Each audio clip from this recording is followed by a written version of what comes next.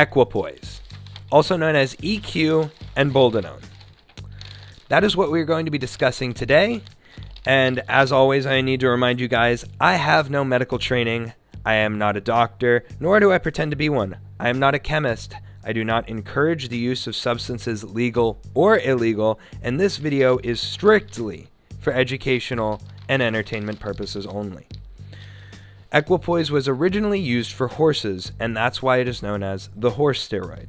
Much of what we thought about Equipoise was actually wrong, simply due to miscommunications over the literature when Equipoise was first being used in humans.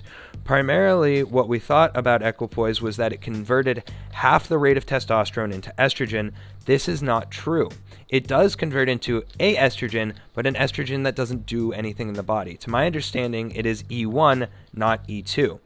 It also has an inhibiting effect on testosterone's ability to convert in the body, making it essentially non-usable if you are trying to find a stack to use it with.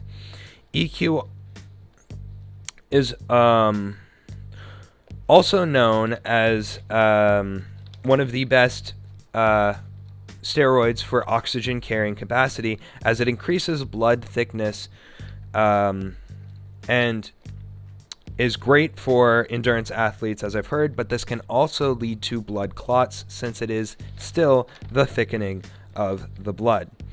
EQ's dosaging amongst bodybuilders, or users I should say in general, can vary wildly.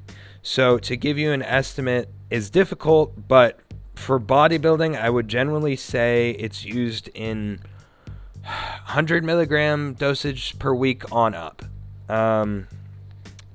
This drug can be extremely dangerous when combined with other medications that can cause high blood pressure or blood thickening, because again, it can increase your risk of heart attack exponentially. The duration of use is wildly different from person to person. It is typically used for blasts or cycles that are around 16 weeks or longer. I've heard the half-life of Equipoise to be around 5 to 7 days. I do not know how true that is, because every person has a different ability to metabolize drugs, but typically bodybuilder bros will tell you to inject twice a week for stable levels. I never would advise such a thing, and so that's why I put air quotes on it, because that is more of the guru side of this topic.